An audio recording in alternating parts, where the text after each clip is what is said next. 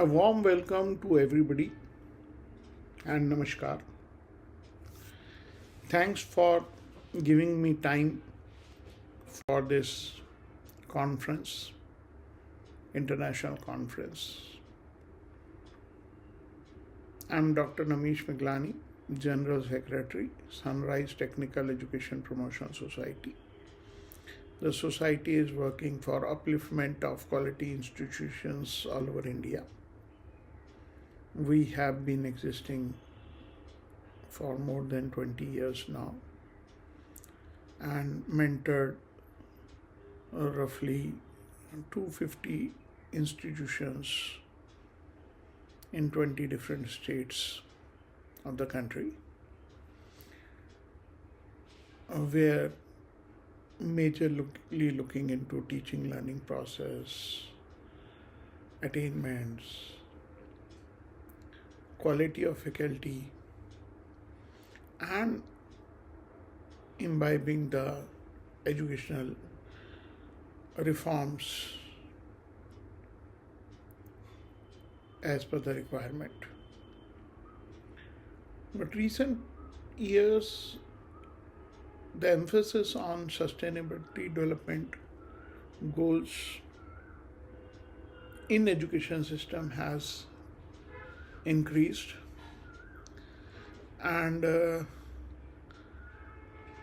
this has been my favorite topic to discuss among students and educationists, faculty members. So I chose this topic of education and social transformation for sustainable development. I give different examples to people. Of course, UN has started recently on these areas, focusing on these areas. But we Indians, or we call Bharatiya, we have been practicing on these areas for ages. You will be surprised that our existence, documented existence, is for more than 5000 BC. And we have proofs for that. We have incorporated those things for a pretty long time, which you might not even have heard of it, or many colonies never thought of those areas where we started and how we started. So I have taken this presentation on mapping of my SDGs roles along with what we call Sanatan Dharma value systems.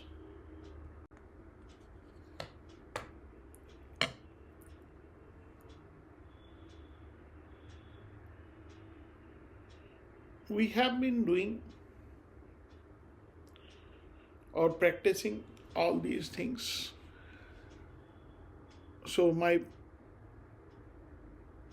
slide will have comparison between UN SDGs 17 goals with key aspects of Sanatan Dharma, where I have taken examples from more than 1500 BC, which can be Manusmriti, Rigved, Atharved, and Upanishads.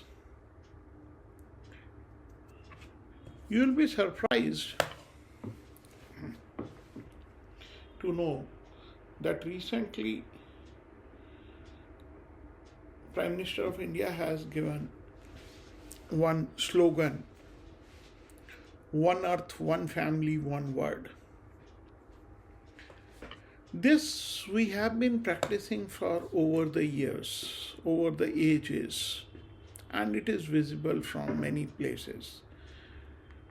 I'll give you one example of one Greek author, Megasthenes, who when came to India, he wrote a book called Indica, where he has mentioned that there were 653 rulers whose existence has been more than 6,400 years. The beauty of Sanatana Dharma has been that we never went to any of the countries to conquer it or to bring them along with us. Even the kings who used to fight earlier, those were the friendly flights. And there were some rules that the flight will start at this particular time and it will end at this particular time, and everybody will take a rest. And once a king won a particular kingdom, that kingdom was returned back to the original king and was suggested, okay, now you are under us, you go and rule it according to that, and there will be some changes. But the ruler never changed. Similarly, when Alexander came and he was going back after being defeated, why he was being sent back? Because we never kept them as captives or in prisons. It all started once these Mughals and others came into India, and they started having the practices and doing things. So, if we say that if we are talking of Sanatana Dharma, we follow many practices which are different, which are very aligned to the SDGs, but still people think that we are not up to the mark. So I have compared all SDGs with our Sanatana Dharma, along with the details where we stand as per the SDG guidelines and what are the differences. What are the, not differences, it's actually what are the common things which are related to SDGs and we have been following for ages. When we talk of the first SDG, that is poverty, no poverty, Sarve Santu Nirbhya, that's the Sanskrit word for the no poverty. I've given the shlokas covered in Sanskrit with a meaning in Hindi and English both. I apologize if there are some miscommunication of Sanskrit words. I'm not that good in Sanskrit, but I have identified few of them. So I again apologize if I pronounce some of the words wrong, but the essence has been explained in the English meaning, and I'll try to explain what exactly I'm emphasizing on when I'm talking about that. So, and poverty is all its forms everywhere is the SDG first, and the shloka related to that is Sarv Bhavantu Sukhin, Sarve Santu Nirbhyam, Sarven Bhadrani Pashyantu Ma Kishita Dukha Bhavate, which means may everyone be healthy, may everyone prosper, and may no one suffer. You will be surprised that India has shelter for everyone since ages, because we live with the ancestors. We live in the ancestral properties. The only thing is when now they move to the developed cities from villages, then there might be some issues with people staying at different areas, or where some are homeless. But then also we have been working to help people with shelters made by NGOs, and even many people giving shelters to people coming from outside. We have helped them a lot, and we have been helping them continuously. So no poverty has been our emphasis for generations. Second SDG is on food, zero hunger, end hunger, achieve food security, improve nutrition, and promote sustainable agriculture. Anah bahu kuritah. This has been there in Taittiriya Upanishad, which was there since 800 BC. Meaning is produce more foods. This is fast. To your surprise, and hunger, food security, it is in our practice. We offer food to any person who comes into our house. Whosoever is the guest does not go without food whatever time he or she comes. We offer food at our religious places continuously.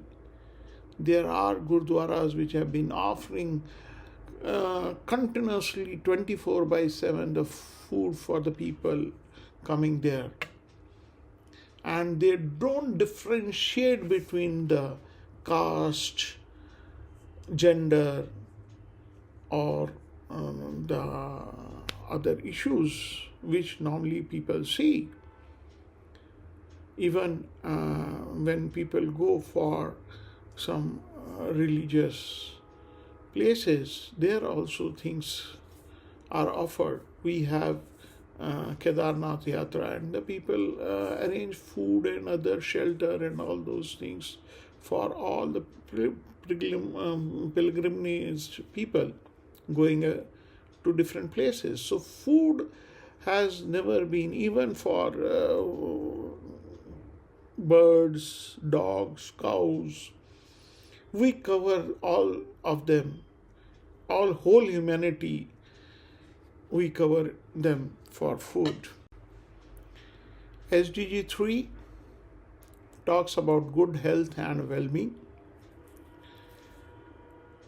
where we have a shlok for that. Good health and well-being is dharmorth kama moksham manorogya mula uttama, which means dharma, artha, karma, moksha, and good health is the basic foundation for all these four endeavors. So we have been focusing on good health, where you can say Ayurveda has been practiced by us for more than 5,000 years. It's documented before 500 BC, 5000 BC, sorry. It has been documented for more than 1000 BC, 5000 BC. Even if you talk about yoga, which recently have been promoted by our Honorable Prime Minister, and June 21st has been celebrated as International Yoga Day. All these practices we have been following for a pretty long time. So it is there with us inbuilt. When you talk about quality of education, that is SDG, education has been a major pillar for Sanatan Dharma.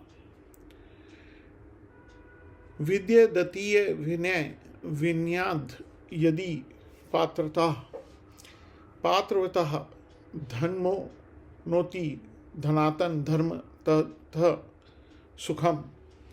Knowledge gives humanities, whereas humanity comes with worthiness. With worthiness, one gains wealth. From wealth comes rightfulness, and from rightness comes happiness. So, this is what it means, and you'll be surprised to know that one of the best universities, Nalanda, have been in India for centuries, where the library was burnt by the invaders so that they can destroy our system, Sanatan Dharma, the documentation of our system. And the fire in that library was still hot for continuously 6 months. Still many documents we were able to restore. And the word Vishwavidyalaya, the universities, came from that, because there were more than 10,000 students during that time at Nalanda studying at different areas or topics, doing graduations. SDG 5, gender equality, which we have taken from Manusmriti, which is again documented in 200 BC, and have been practicing orally for more than 500 BC. Yatra nas yatstu pujyante ramante tatra devta. Knowledge gives humanity, from humanity comes worthiness. So, women were never given discriminations in our Sanatan Dharma, and they were equally educated at different areas depending on their skills and requirements. SDG 6 talks about clean water and sanitation, ensure availability and sustainability management of water and sanitation for all. Again, it has been from Rigved. The composition is of 1500 BC, and oral might be more than that. Apohishta bhyavarva tana urje dadhant. Indeed, water is source of joy and nourishment. May it grant us strength and validity.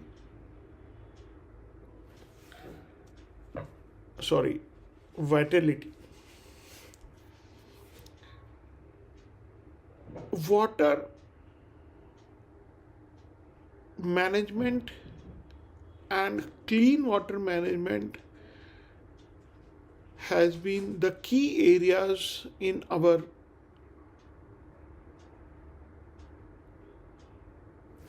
previous ages.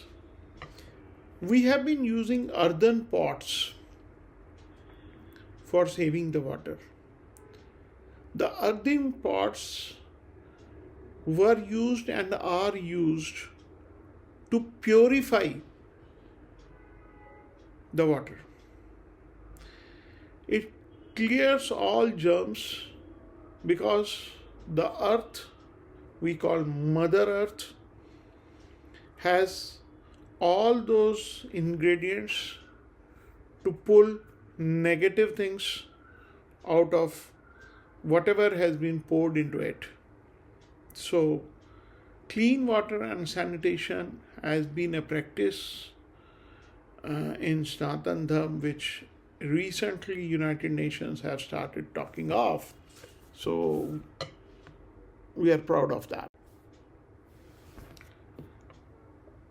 Second is SDG 7, ensure access to affordable, reliable, sustainable and modern energy for all, which we have been practicing with Suryastuna Prerak.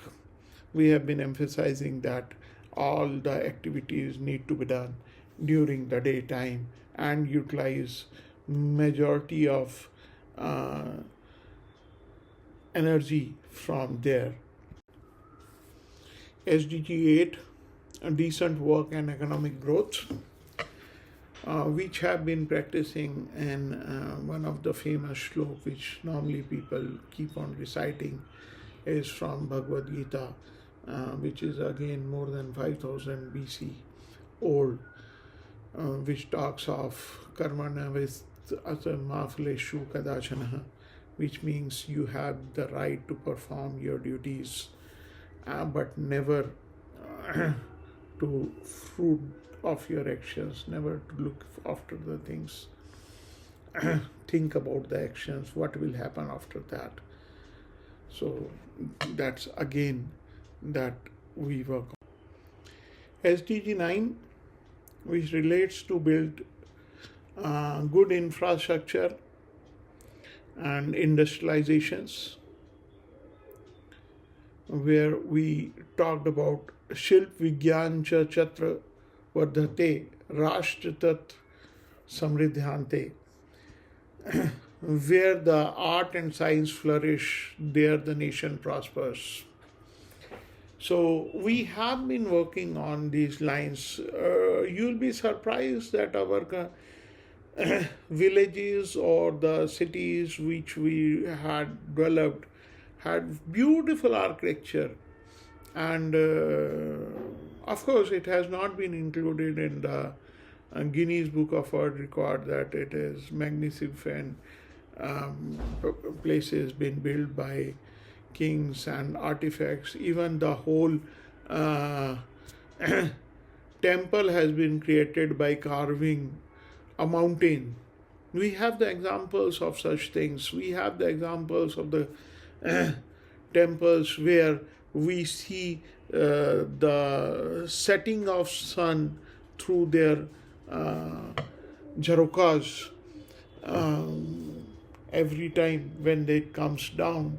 So we have many infrastructures prepared for sustainable growths. And when we talk of industrialization and innovations, you will be surprised that our small spaces, our small localities or small areas were self-sufficient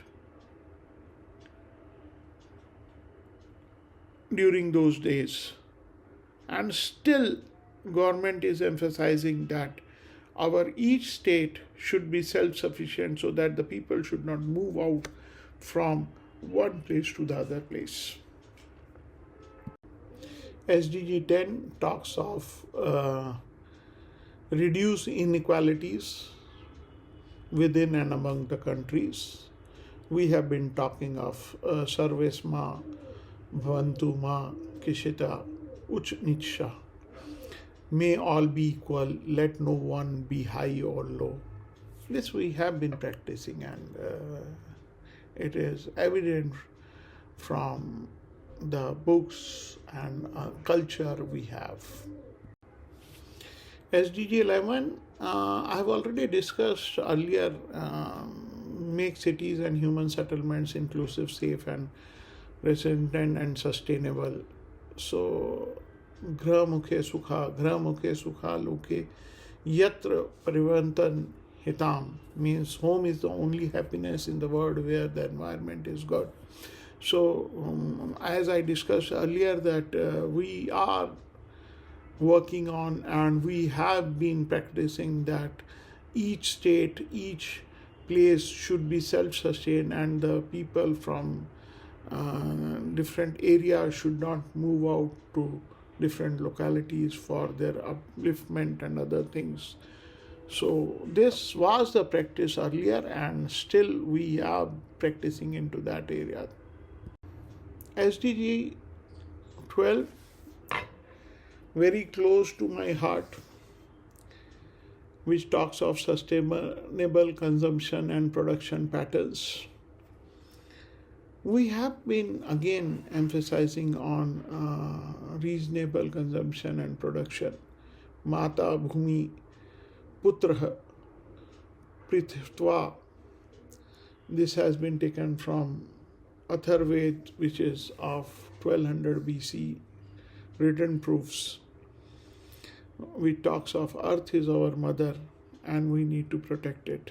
So we develop it in such a manner that nothing goes wasted.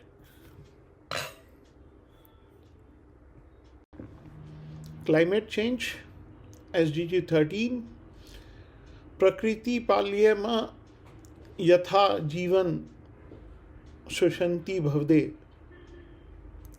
If we take care of nature, life will be peaceful. But I know there are issues which have not been done, incorporated properly. Earlier,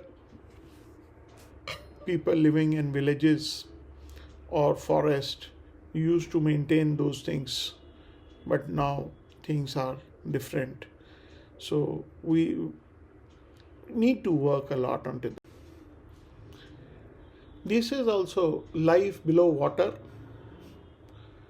Samundrast raksham krita jivnai cha santyamitima,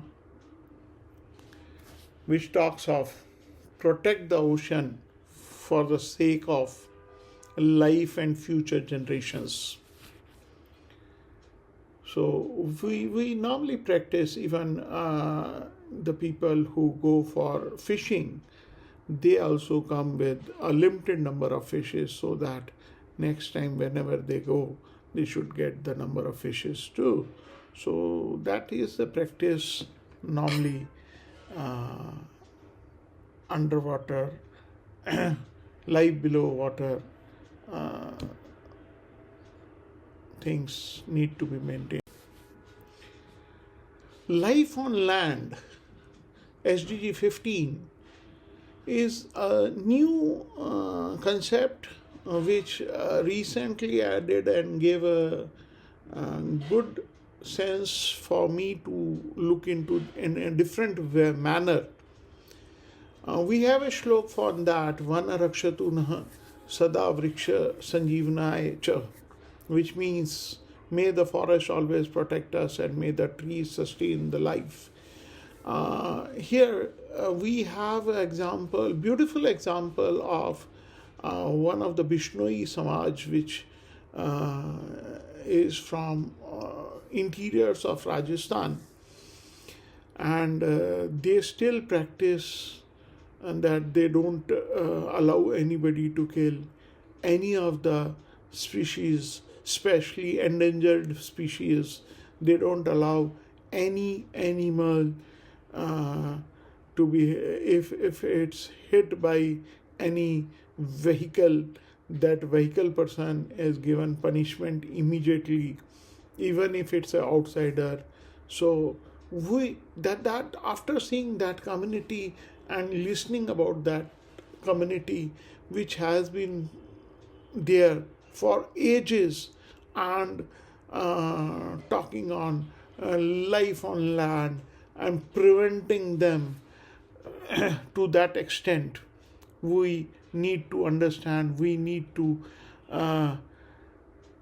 think over it, and it should come from our inner conscious to save them.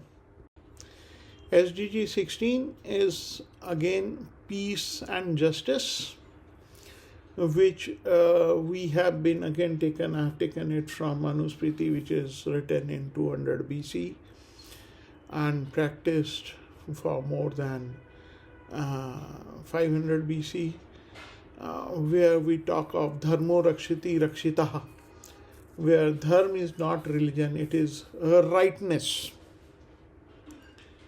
So we talk about dharma protects those who protect it. So dharma is rightness, is the one which protects if you protect it.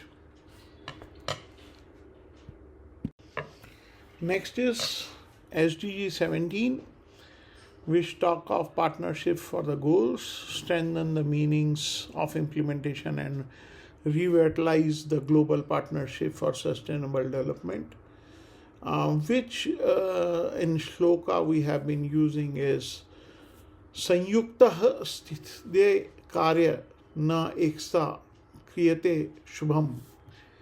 So it means a task succeeds through unity. No great work is accomplished by anyone alone. So covering all these things, this comes the percentage scores where India stands. We have been practicing all these things, but these are the data where each SDG stands as on date. As on date is 23-24. The data has been taken from Niti Aayog website. They have a report for each SDG. So we have been working on these areas. These are the technical reports, whereas if I say otherwise, we have achieved all of them more than 80 to 90, but with proofs, when we talk of, we might be losing at some places. Lastly, I have concluding with SDG goals, Sanatan Dharma principles and explanations. So when I talk about no poverty is dharma, charity, seva, selfless services, helping the needy and ensuring the wealth is distributed ethically. Zero hunger is andana, food donations. The Upanishads and Bhagavad Gita's going back to 3200 BC emphasizing these things. Good health and well-being has been there from Ayurveda, Yoga and Ahimsa from 5000 BC. Sanatan Dharma promotes holistic health through diet, meditation and non-violence. Quality education is Vidya Dhan. The Gurukul system emphasizes on learning, uphold knowledge as the greatest wealth. Gender equality is Yatra Narvatu Kujante, where women are honored, God resides, which is visible from ancient scripts where support is being shown for gender, respect and equality. Then comes clean water sanitation, Jal Rakshan. The Vedic text emphasizes the sensitivity and conservation of rivers and water bodies. Affordable and clean energy is Surya Upasana. Panch Mahabhutas, sun, wind, water, divine sources of energy should be harnessed sustainably. Decent work and economic growth. Swardhana, one's duty. Karma Yoga, self-action. Ethical work and duty-driven economics lead to prosperity. Industry, innovation and infrastructure. Shilp Vidya, art, architecture, Vastu Shastra.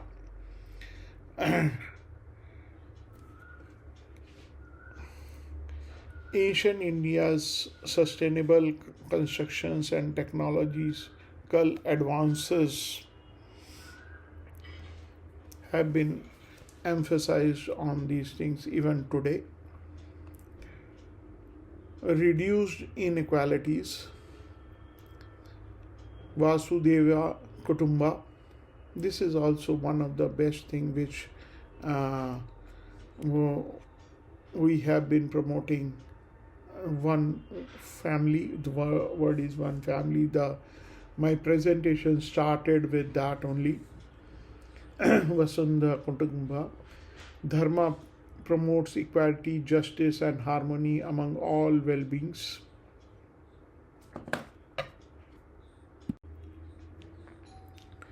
Then comes sustainable cities and communities, Grama Dharma, village ethics, eco-friendly living, Vedic traditions emphasizing balanced, sustainable communities, responsible consumption and production, Aparigaha, non-progressiveness, simple living, minimal and ethical consumption are core teachings.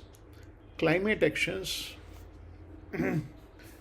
can be into Prakriti Rakshan, which normally is used by Sanatan Dharma. Protecting the environment is integral to Sanatan Dharma.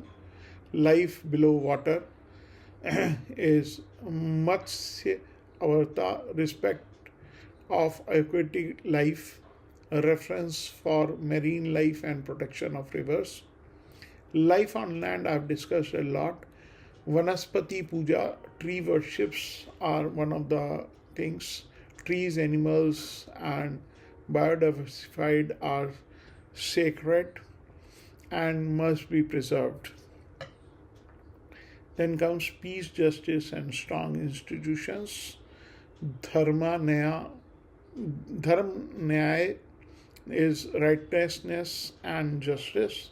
Upholding justice and truth is essential for stable society. Partnership for goals, Samvya, community, collaboration and unity.